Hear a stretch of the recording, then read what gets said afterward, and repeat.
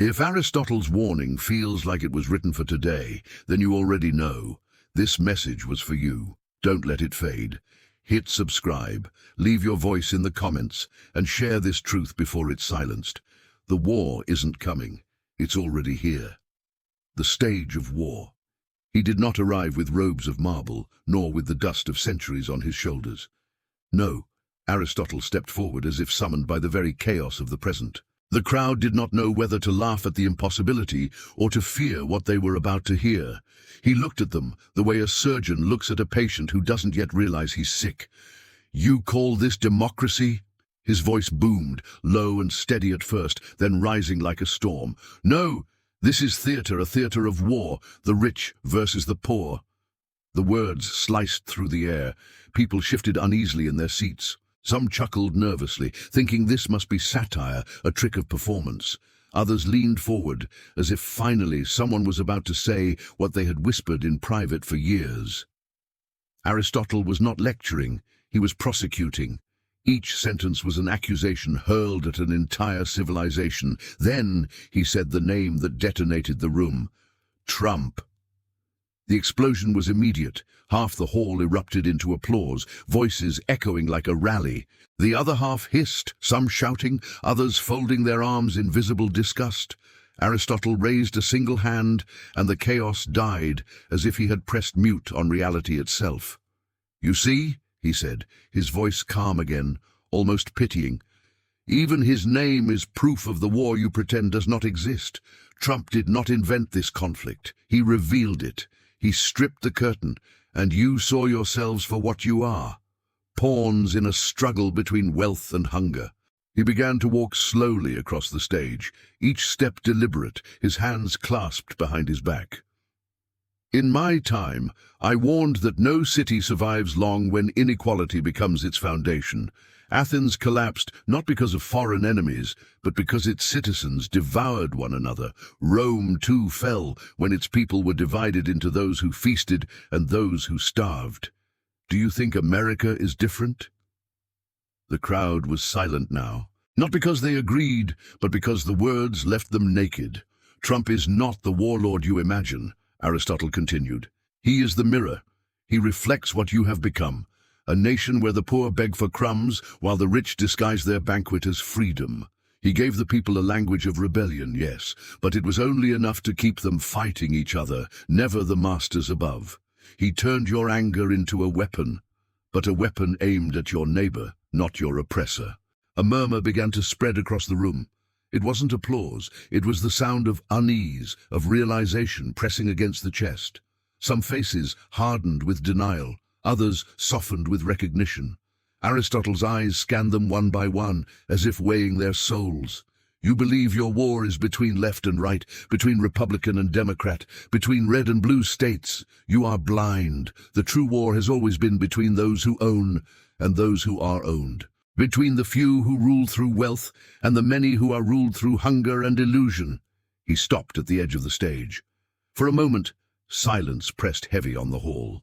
Then his final words for the night cut through like steel. "Trump is not your savior nor your destroyer. He is the symptom of your sickness, and like all symptoms, he reveals the disease you refuse to name." The lights dimmed as he stepped back, but the audience did not move. Some clenched their fists in quiet rage, others sat frozen in thought, as if they had been caught committing a crime against themselves. No one left unchanged. For the first time, America's oldest wound had been named not by a politician, but by a philosopher who should have belonged to the past. And the question burned in the air long after he vanished into the shadows. What happens when the poor finally see the truth of the war they've been fighting all along? The weapon of resentment. When Aristotle reappeared the following night, the crowd was larger, hungrier. The rumor of a philosopher resurrected to speak about Trump's America had spread like wildfire. Some came ready to cheer, others ready to jeer, but all came because they couldn't ignore it. He began without preamble, his voice sharper than before. Trump did not need an army. He already had one. Your resentment.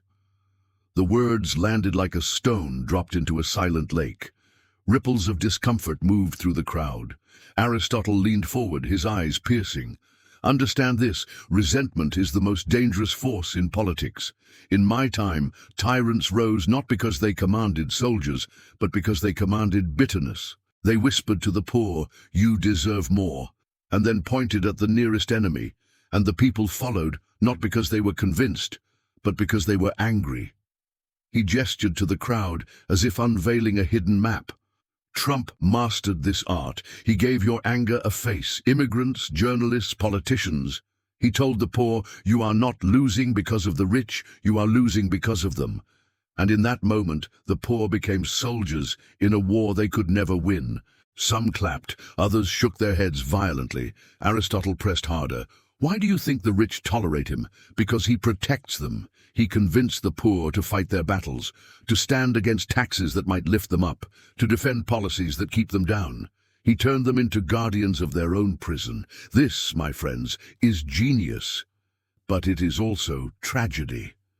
The philosopher's tone softened, almost sorrowful. You see, resentment blinds the people.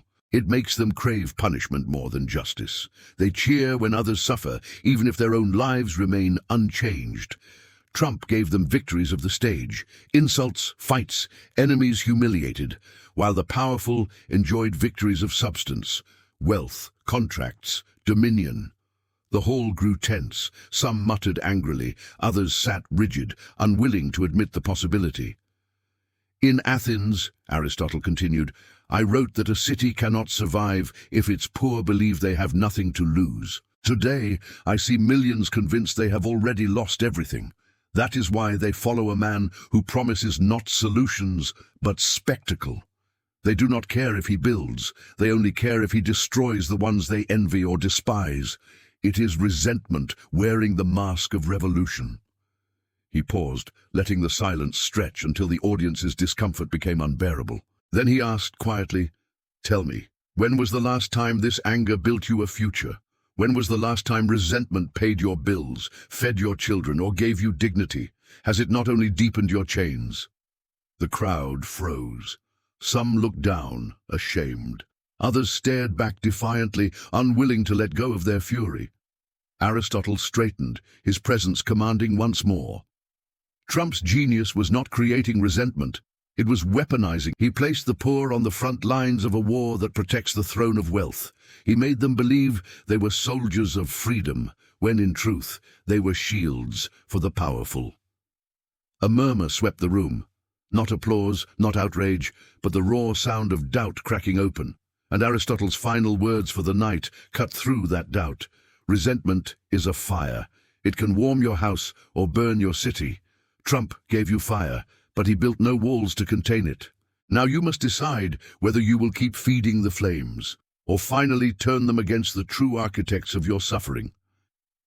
He stepped back into the shadows once again, and this time the crowd didn't erupt. They didn't cheer or boo. They simply sat in the heavy silence of recognition, the bitter taste of truth on their tongues. The war had been named. The weapon had been revealed. And the question remained, what will the poor do once they see who they are really fighting for? The final reckoning. The third night arrived, and the air felt heavier than before.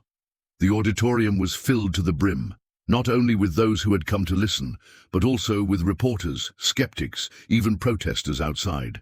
Everyone sensed that if Aristotle had already revealed the stage of war and the weapon of resentment, tonight he would deliver the verdict. He walked out slowly, his face solemn, his hands clasped as if holding the weight of centuries.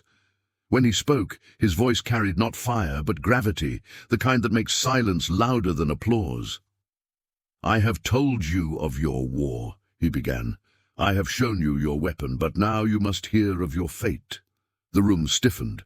Aristotle's gaze scanned the crowd like a judge preparing to sentence. In every age, when the poor are blinded by anger and the rich are blinded by greed, collapse follows. Athens crumbled when citizens turned on one another, too divided to resist outside forces.